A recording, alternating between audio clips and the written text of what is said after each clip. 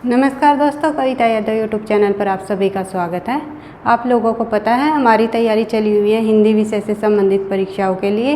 हिंदी विषय से संबंधित परीक्षाओं की तैयारी हम हिंदी के संपूर्ण पाठ्यक्रम को एक साथ लेके चलते हुए कर रहे हैं। आज की क्लास होगी हमारी हिंदी व्याकरण की, क्योंकि आज संडे है। संडे वाले दिन संडे को हम केवल हिंदी व्याकरण की क्लास को करते हैं। हिंदी व्याकरण से संबंधित प्रश्न टीचिंग एग्जाम में भी और नॉन टीचिंग एग्जाम दोनों में प्रश्न पूछे जाते हैं। हम हिंदी के व्याकरण के संपूर्ण पाठ्यक्रम को भी हम करते हुए चलेंगे, ताकि हमारी संपूर्ण हिंदी की तैयारी अच्छे तरीके से हो जाए। तो ज़्यादा टाइम वेस्ट ना करते हुए आज करेंगे हम हिंदी व्याकरण के अंतर्गत हमने पिछली क्लास में किया था पद के भेद, यानी कि पद के प्रकार। कितने भेद माने थे हमने? पद के 2, विकारी और अविकारी। ये हमने पिछली क्लास में कर लिया था। उससे पहले हमने हिंदी वर्णमाला के टॉपिक को प्रश्न उत्तरों सहित कंप्लीट कर लिया है। जिस भी बच्चे ने हमारी पीछे की क्लासेस नहीं देखी है, मैंने प्लेलिस्ट बनाई हुई है, उनके अंतर्गत जा करके उनमें आप जा करके देख सकते हैं। तो आज करेंगे हम पद के भेद से के अंतर्गत आने वाला पहला भेद संज्ञा। आज का टॉपिक रहेगा हमारा संज्ञा का। संज्ञा क्या होती है, कितने प्रकार की होती है, आज हम डिटेल वाइज, क्योंकि यहाँ से भी परीक्षा में प्रश्न पूछे जाते हैं। अगर हम बचपन से संज्ञा को पढ़ते आ रहे हैं, लेकिन जब हम परीक्षा में आज भी कंपटीशन परीक्षा में जब प्रश्न देखते हैं संज्ञा से संबंधित, तो भी हम कंफ्यूज हो जाते हैं कि इस वाक्य में, इस शब्द में कौन सी संज्ञा होगी, तो हमारा आंसर गलत हो जाता है। इसलिए बिल्कुल ध्यान से और डिटेल से हम इस टॉपिक को पढ़ेंगे, और जब ये टॉपिक कंप्लीट हो जाएगा तब हम प्रैक्टिस के तौर पर इसके प्रश्न उत्तरों को भी कर लेंगे। तो करते हैं आज का टॉपिक संज्ञा का। तो हमने पढ़ा था पिछली क्लास में संज्ञा पद के 2 भेद होते हैं, विकारी और अविकारी। विकारी के अंतर्गत हमने ये पढ़ लिया था, संज्ञा होती है, सर्वनाम होते हैं, विशेषण होती है, क्रिया होती है। अविकारी के अंतर्गत क्रिया विशेषण, समुच्चय बोधक, संबंध बोधक और विषम बोधक, ये हमारे पद के भेद होते हैं। विकारी जिसमें काल, क्रिया, लिंग, वचन आदि के आधार पर शब्दों में परिवर्तन हो जाए, और अविकारी जिन शब्दों में परिवर्तन ना हो। तो ये हमने ये पिछली क्लास में डिटेल वाइज दोनों को समझ लिया था। तो आज बढ़ते हैं हम अपने टॉपिक की तरफ, संज्ञा की तरफ। संज्ञा किसे कहते हैं? हम बचपन से पढ़ते आ रहे हैं, किसी वस्तु, स्थान, भाव आदि के नाम को हम संज्ञा कहते हैं। तो मुख्य रूप से हम एक बार इसकी परिभाषा को अच्छे तरीके से देख लेते हैं।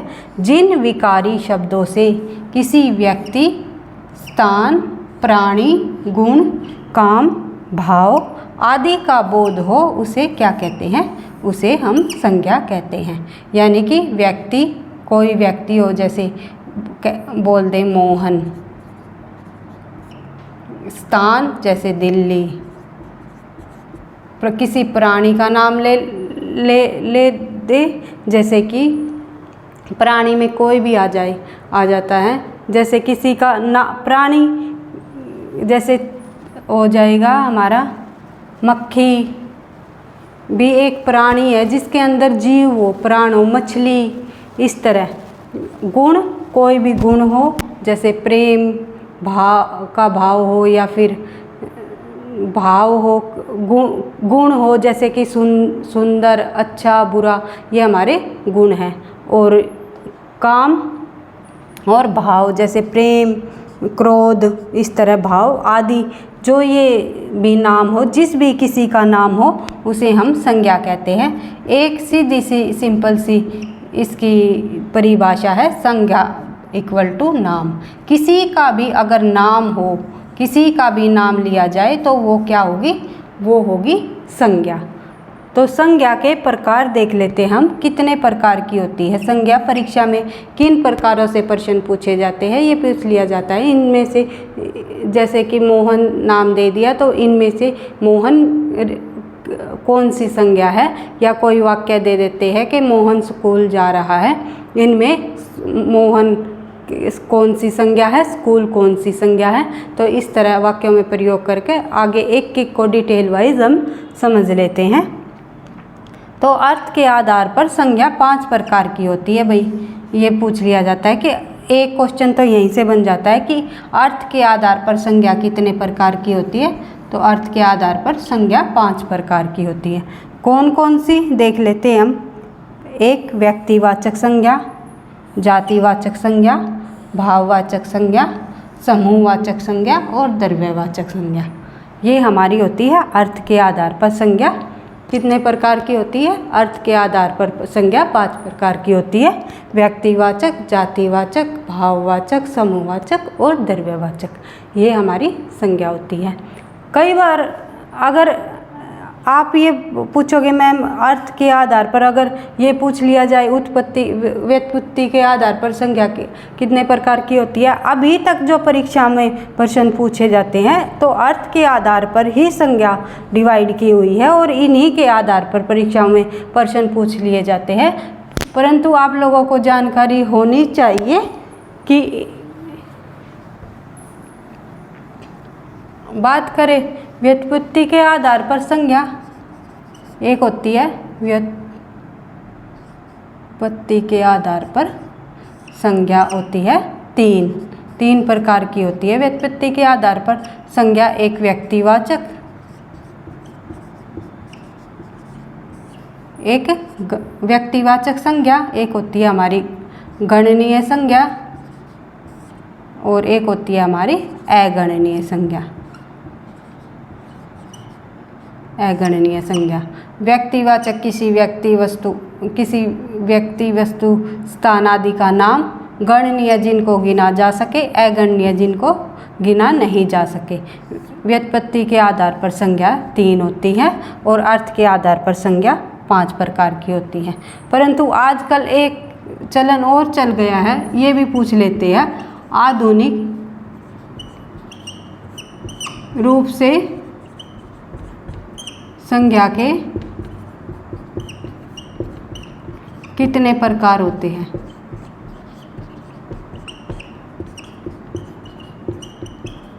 अगर इस तरह प्रश्न पूछ लिया जाए तो आधुनिक रूप से संज्ञा के कितने प्रकार होते हैं। आधुनिक रूप से संज्ञा के 3 प्रकार होते हैं। कौन कौन से। एक व्यक्तिवाचक संज्ञा, जातिवाचक संज्ञा और भाववाचक संज्ञा। आधुनिक रूप में समूहवाचक और द्रव्यवाचक संज्ञा को जातिवाचक का ही भेद बता दिया गया है। जातिवाचक के अंतर्गत ही द्रव्यवाचक और समूहवाचक संज्ञा को रख दिया गया है। इसलिए आधुनिक रूप से पूछ लिया जाए तो 3 व्यक्तिवाचक, जातिवाचक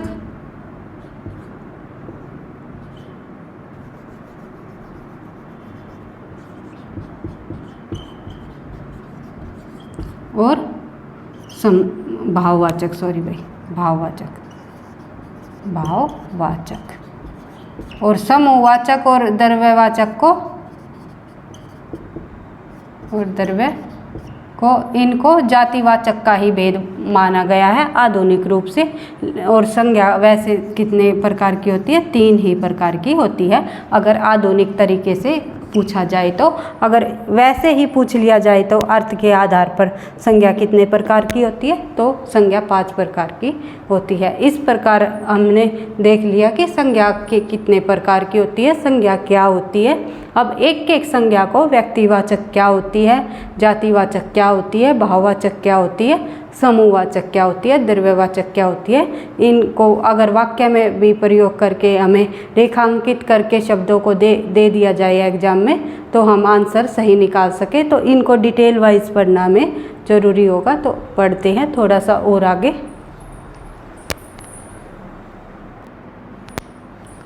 सबसे पहले देख लेते हैं व्यक्तिवाचक संज्ञा। व्यक्तिवाचक संज्ञा क्या होती है, इनको हम थोड़ा सा डिटेल से देख लेते हैं। जिन संज्ञा शब्दों से किसी एक ही वस्तु, व्यक्ति, एक ही पर ध्यान रखना है। देखो भाई, एक ही पर ध्यान रखना है क्योंकि अनेक हो जाएंगी, अधिक हो जाएंगी तो वे समूह में आ जाती हैं। तो किसी एक ही वस्तु, व्यक्ति, स्थान का बोध हो उन्हें क्या कहते हैं? व्यक्तिवाचक संज्ञा। जैसे कि राम, श्याम, राधा, किसी एक का ही बोध करा रहे, हम किसी लड़के का नाम है तो क्या होगा? राम, इधर आ, तो अगर राम को देखेंगे तो क्या हो जाएगा? व्यक्तिवाचक संज्ञा।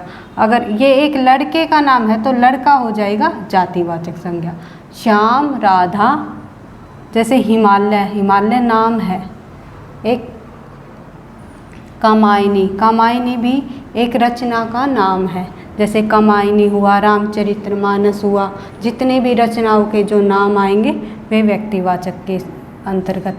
जैसे अंग्रेजी, हिंदी, जैसे कोई किसी भाषा है, ये एक तरह से भाषा का नाम है, दोनों ये भाषा है, तो क्या किस में आ जाएगी? व्यक्तिवाचक संज्ञा। अगर नाम है इनका कौन सी भाषा? अंग्रेजी भाषा या हिंदी भाषा, उर्दू भाषा, फारसी भाषा, जिस भी भाषा का नाम अगर आएगा तो व्यक्तिवाचक संज्ञा। दैनिक जागरण, दैनिक जागरण क्या है? एक समाचार पत्र है, दैनिक जागरण समाचार पत्र का नाम है। ये किसी का भी नाम हो तो किस में आएगा? व्यक्तिवाचक संज्ञा में आ जाएगा। जैसे मोहन स्कूल जा रहा है, तो मोहन कौन सी संज्ञा हो जाएगी? अगर ये पूछ लिया जाए एग्जाम में मोहन कौन सी संज्ञा है तो ये हो जाएगी, मोहन नाम है किसी का तो हो जाएगी व्यक्तिवाचक संज्ञा। अगर स्कूल पूछ लिया जाए इनमें स्कूल बताओ तो मैं आगे डिटेल से आपको सारी संज्ञा बताऊंगी। जब हम उदाहरणों के साथ इनको करेंगे, क्वेश्चन आंसरों को लगाएंगे, तो तब आपको पहचान होगी कि इसमें कौन सी संज्ञा है कौन सी नहीं है। स्कूल हो जाएगा जातिवाचक संज्ञा, क्योंकि स्कूल का नाम नहीं दिया गया है ना, तो जातिवाचक संज्ञा में आएगा। जातिवाचक संज्ञा, जातिवाचक संज्ञा के अंतर्गत क्या लगाएंगे हम? स्कूल जाति में भी आएगा और समूह में भी आएगा, वो मैं आपको डिटेल से बता दूंगी जैसे जैसे हम सभी को क्लियर करते चलेंगे। जैसे कि जो शब्द किसी प्राणी, वस्तु, समुदाय की पूरी जाति का बोध कराए, इस पर फोकस रखना आपको, पूरी जाति का बोध कराए, वो क्या होती है? जातिवाचक संज्ञा होती है। जैसे फल, फल पूरी की पूरी जाति का बोध करा रहा है ना, किसी भी फल का। जैसे कौन सा फल? आम का फल, आम भी एक फल है। आम जैसे कि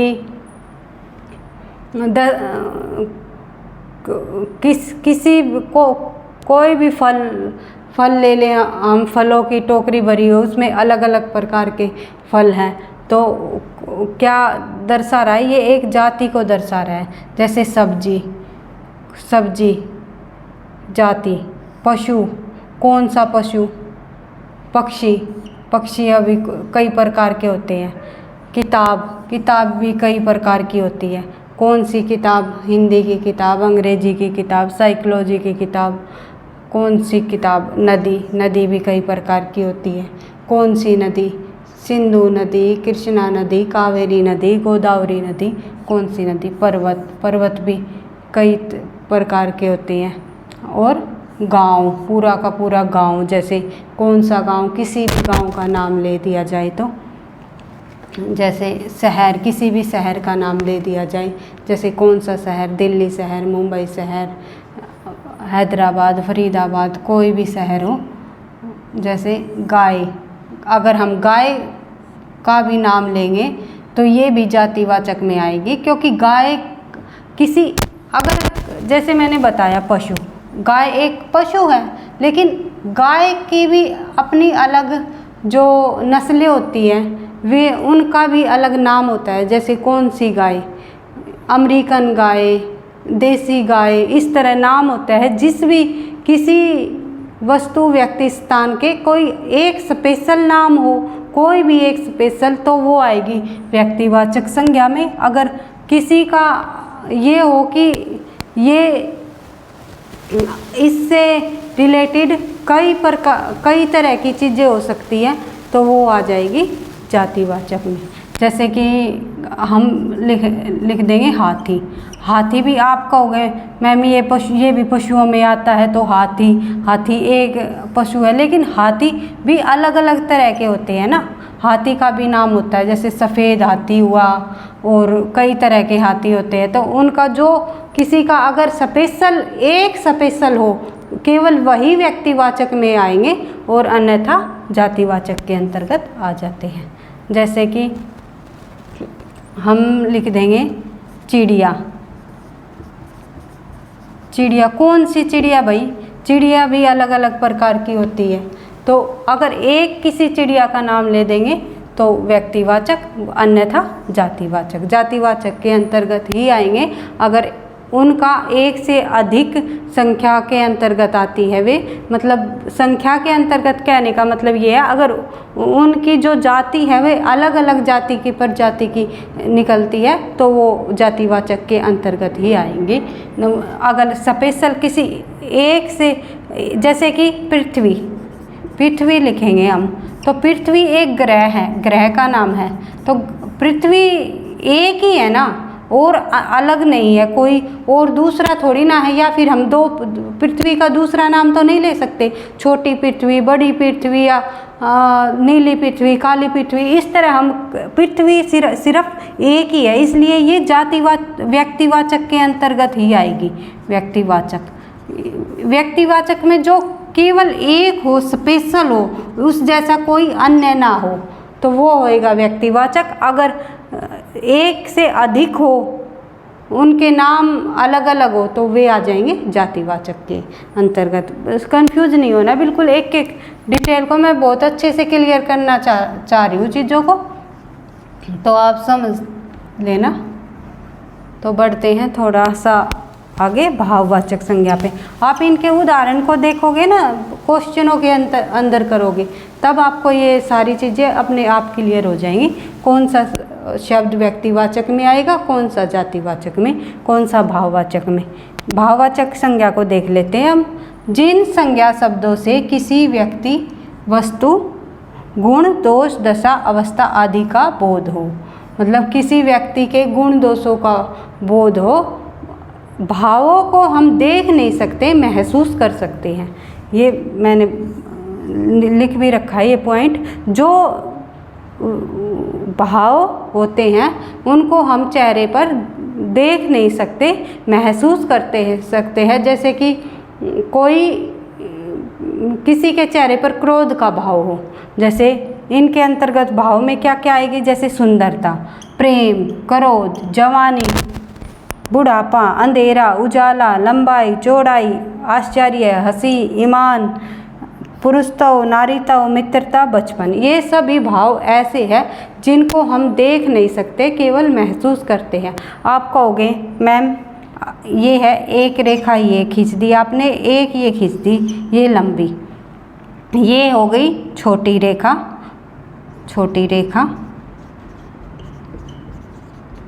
और ये हो गई लंबी रेखा।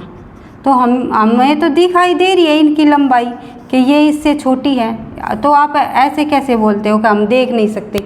कोई हंस रहा है तो चेहरे पे उसकी हंसी दिखाई दे रही है, हम हंसी को नहीं देख रहे, हम इन लंबाई को नहीं देख रहे, हम सिर्फ उनके भावों को देख रहे हैं। जैसे कि ये रेखा देखी मैंने, आपको उदाहरण दिया, एक छोटी रेखा खींची, एक बड़ी रेखा खींची, दिखाई तो हमें ये रेखा ही दे रही है। एक ये रेखा दिखाई दे रही है, एक ये रेखा, छोटी बड़ी कहाँ दिखाई दे रही है। तो लंबी और छोटी और बड़ी हमें दिखाई नहीं दे रही, लेकिन ये रेखा ही दिखाई दे रही है। इसी प्रकार अगर कोई किसी का चेहरा है, कोई गुस्से का भाव बना रहा है या हंसी का भाव बना रहा है, तो हम उसके भाव को ही देख सकते हैं, ना कि क्रोध को देख सकते हैं, ना कि प्रेम को देख सकते हैं, ना कि आश्चर्य को देख सकते हैं। लेकिन हम उसके चेहरे पर तो हमें ये आँख, नाक और मुँह, ये चेहरा ही तो दिखेगा, उसके हम भावों को पहचानेंगे कि ये किस प्रकार का भाव है। तो ये हमारी जितने भी ये भाव हो गए, ये हो जाएंगे हमारे भाववाचक संज्ञा के अंतर्गत। जैसे सुंदरता हुई, प्रेम हुआ, क्रोध हुई, जवानी हुई, बुढ़ापा हुआ, बुढ़ापा बूढ़े इंसान को हम देख सकते हैं लेकिन उसके बुढ़ापे को नहीं देख सकते। तो इस तरह जिस भी किसी को हम देख नहीं सकते उन्हीं को हम कहते हैं भाववाचक संज्ञा।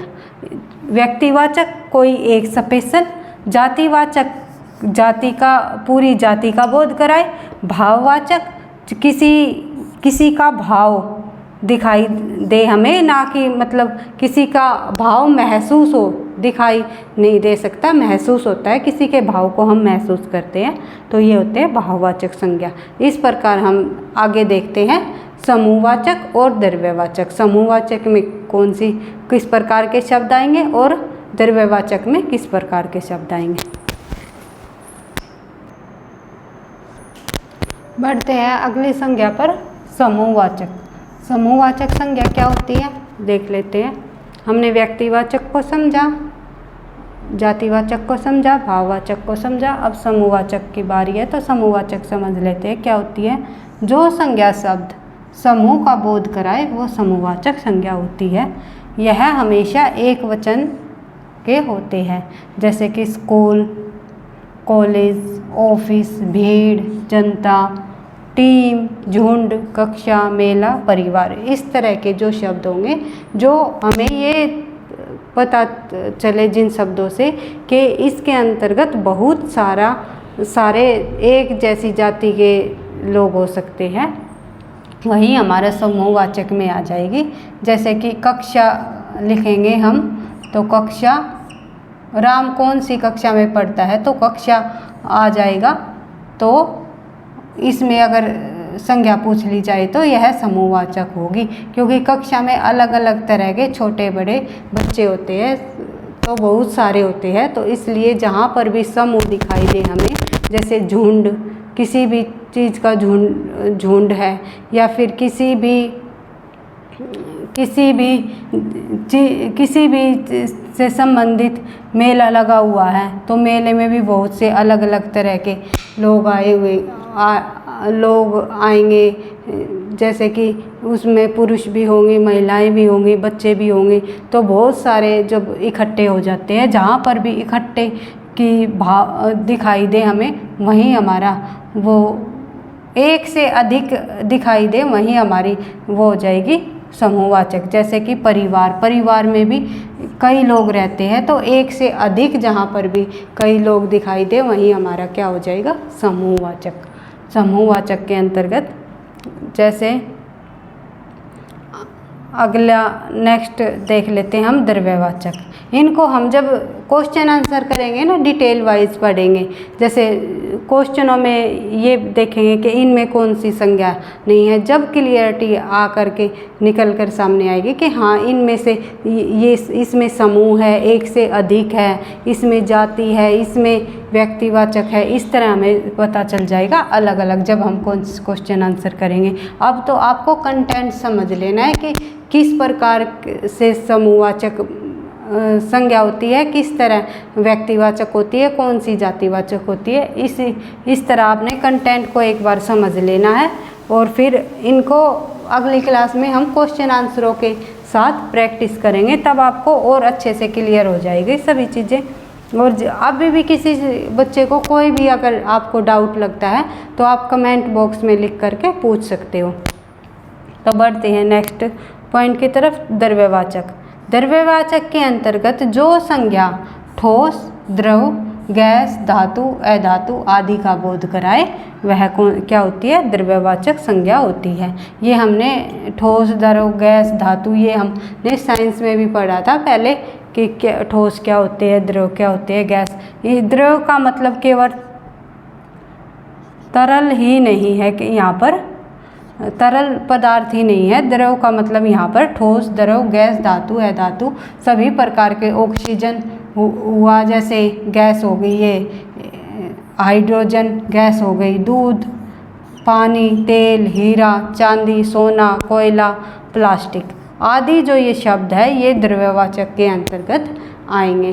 तो देख लेते हैं, और 2-3 पॉइंट और है भाई जो आपको एग्जाम के टाइम में या क्वेश्चनों में आपको कंफ्यूज करेंगे कि इनके अंतर्गत तो आप मैम ने ये बताया था ये है, लेकिन इसमें ये आंसर दिया हुआ है। तो इन पॉइंटों को आप समझ लेना। जब कभी द्रव्यवाचक संज्ञा बहुवचन में प्रयुक्त हो, जब कभी द्रव्यवाचक संज्ञा बहुवचन में प्रयोग हो तो वह जातिवाचक बन जाती है।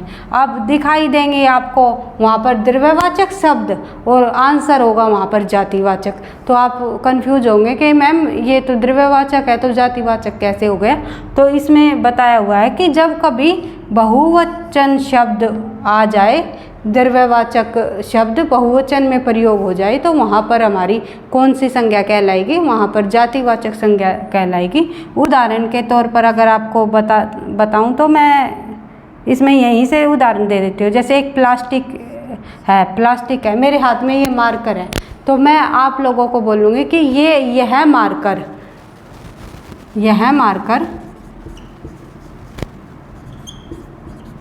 कई प्रकार के प्लास्टिकों से बना है। तो ये क्या आ जाएगा, प्लास्टिको, यानी कि प्लास्टिक का बहुवचन हो गया प्लास्टिको, तो बहुवचन में प्रयोग हो जाएगा। तो इस पर अगर अंडरलाइन करके दे दिया तो ये जातिवाचक संज्ञा हो जाएगी। एग्जाम में क्वेश्चन इसी तरह पूछे जाते हैं, ना कि हमें जो स्टार्टिंग से पढ़ रखे हैं कि संज्ञा कितने प्रकार की होती है या व्यक्तिवाचक संज्ञा किसे कहते हैं। बिल्कुल सिंपल, राम कौन सी संज्ञा है, मोहन कौन सी संज्ञा है, इस तरह प्रश्न नहीं पूछे जाएंगे। प्रश्न पूछे जाएंगे बिल्कुल वाक्य में प्रयोग करके, आपको कंफ्यूज करके तब प्रश्न पूछे जाते हैं। इस तरह हमें जब हम प्रश्नों की प्रैक्टिस करेंगे तो आपको सारी चीज़ें क्लियर हो जाएगी और अच्छे से समझ आ जाएगा, हाँ इसमें ये संज्ञा है, इसमें ये संज्ञा है। जब कभी द्रव्यवाचक संज्ञा बहुवचन में प्रयोग हो तो जातिवाचक बन जाती है। फर्स्ट पॉइंट ये। सेकंड पॉइंट और देखेंगे हम, जब कभी भाववाचक संज्ञा बहुवचन में प्रयोग हो तो भी जातिवाचक बन जाती है। भाववाचक संज्ञा मैंने कौन सी बताई थी, जैसे प्रेम, क्रोध, लड़ाई, झगड़ा, इस तरह के जो ये भाववाचक संज्ञा है, इनको भी हम अगर बहुवचन में प्रयोग करेंगे तो भी ये हमारी कौन सी संज्ञा बन जाएगी, जातिवाचक संज्ञा बन जाएगी। इसका भी अगर आप एक उदाहरण देखना चाहो तो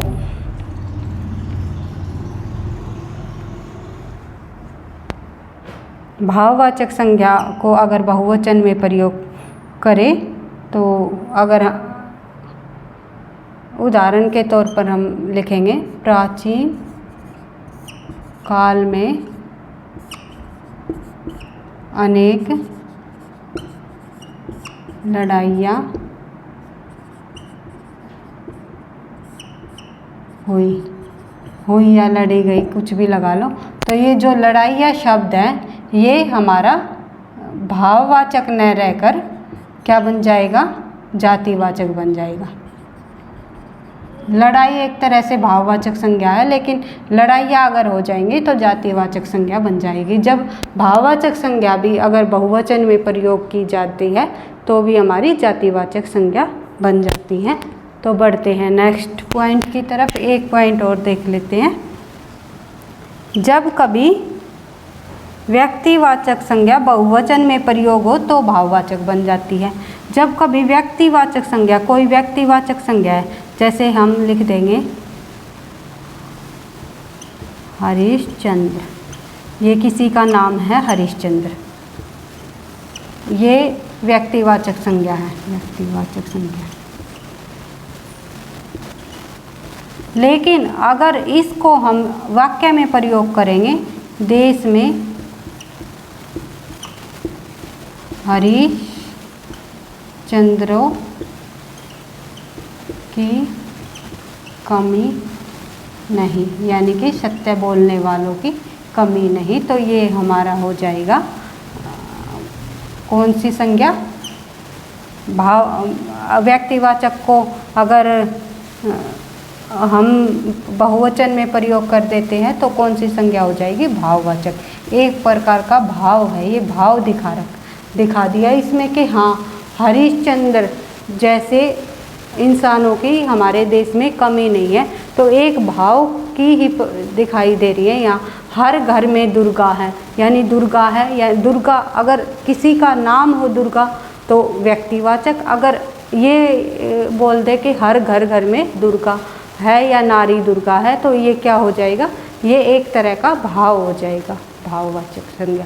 इस तरह हमें कंफ्यूज करते हैं एग्जाम में, और बिल्कुल सिंपल तरीके से प्रश्न नहीं पूछे जाते। और इन्हीं चीज़ों को आपको क्वेश्चनों के माध्यम से समझना होगा। इसी के आधार पर हम प्रश्न उत्तरों को करेंगे कि प्रश्न उत्तरों को कराते वक्त मैं आप लोगों को एक एक पॉइंटों को समझा दूंगी कि ये किस प्रकार प्रयोग किया गया है, और इसमें बहुवचन में अगर प्रयोग किया गया है तो कौन सी संज्ञा होगी, आंसर क्या होगा। तो इस तरह हमें क्वेश्चन आंसरों को करना बहुत ज़रूरी है। तो इसलिए इस तरह हमने अर्थ के आधार पर संज्ञा को पढ़ लिया कि अर्थ के आधार पर संज्ञा कितने प्रकार की होती है। तो अर्थ के आधार पर हमने देख लिया संज्ञा 5 प्रकार की होती है। कौन कौन सी, एक बार रिवाइज कर लेते हैं। कौन कौन सी, आप बोलते जाओ। व्यक्तिवाचक, जातिवाचक, भाववाचक और समूहवाचक, द्रव्यवाचक। ये हमारी अर्थ के आधार पर संज्ञा 5 प्रकार की होती है। जब किसी एक व्यक्ति का, एक स्पेशल एक का बोध हो तो वहाँ पर होगी व्यक्तिवाचक। कहीं किसी पूरी जाति का बोध हो, पूरी जाति का बोध हो तो वहाँ होगी जातिवाचक। किसी भाव का बोध हो जिसे हम महसूस कर सके, दिखाई न दे, महसूस कर सके, दिखाई न दे, वहाँ होगी हमारी भाववाचक। जहाँ समूह का बोध हो वहाँ होती है समूहवाचक। जैसे समूह का बोध, बहुत सारे इकट्ठे दिखाई दे हमें, वहाँ हो जाएगी समूहवाचक। द्रव्यवाचक, जहाँ हमें तरल, ठोस व गैस का बोध हो, वहाँ हो जाएगी द्रव्यवाचक। किस प्रकार, कौन सी में बहुवचन में प्रयोग होने पर कौन सी संज्ञा होती है, किस प्रकार निकल कर आती है, वे हम प्रश्न उत्तरों के माध्यम से कंप्लीट कर लेंगे। आई होप मेरे द्वारा जो संज्ञा का टॉपिक समझाया मैंने आपको समझ आ गया होगा। और अगर आपको अभी तक मतलब थोड़ा सा कन्फ्यूजन है कि हाँ इसमें ये चीज़ें समझ नहीं आ रही, तो प्रश्नों उत्तरों के माध्यम से आपका ये भी क्लियर हो जाएगा। और भी अगर आपको लगता है तो आप कमेंट बॉक्स में कमेंट कर सकते हो, पूछ सकते हो किसी भी चीज़ की अगर कोई कन्फ्यूजन हो तो। अगर आपको वीडियो अच्छी लगे तो लाइक करना, दोस्तों के साथ शेयर करना, चैनल पर पहली बार हो तो सब्सक्राइब कर लेना। इसी तरह हमारे हिंदी के संपूर्ण पाठ्यक्रम को हम डिटेल वाइज, टॉपिक वाइज, प्रश्न उत्तरों सहित पिछले सालों के प्रश्न पत्रों के साथ ही हम आगे करते हुए, बढ़ते हुए चल रहे हैं और अपनी परीक्षा की तैयारी कर रहे हैं। पढ़ते रहना, आगे बढ़ते रहना। थैंक यू, धन्यवाद।